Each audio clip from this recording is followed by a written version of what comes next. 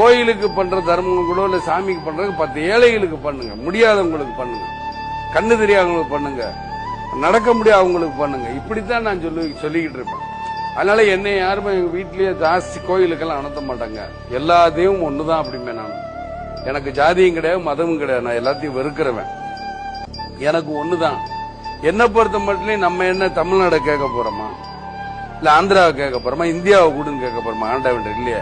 நம்ம குடும்பம் நல்லா இருக்கணும், நம்ம பிள்ளை குட்டிகள் நல்லா இருக்கணும், நம்மளை சேர்ந்தவங்க நல்லா இருக்கணும், நல்ல வேலை கிடைக்கணும், நல்ல உடல்நிலை ஆரோக்கியமா வச்சுக்கணும் கேட்க போறோம் தெய்வத்துக்கிட்ட. வேற என்ன கேட்க போறோம்? இவங்க கூட பாடுனாங்க, இவங்க என்ன பாடுனாங்க? சொத்து கேட்டு பாடுனாங்களா? கிடையாது. நல்லபடியா வச்சு, அதுதான் இந்த வயசுல அவங்க கேட்கலாமே, எனக்கு சொத்து கொடுங்க, அது கொடுங்க. அதான் இதெல்லாம் ஒண்ணும் இல்லையே. நல்ல வாழ்க்கை, நல்லா வந்தீங்க, எங்களை பார்க்க சந்தோஷம். இதுக்கு மேல என்ன கொடுப்பினை இருக்குங்கிறது தான் என்னுடைய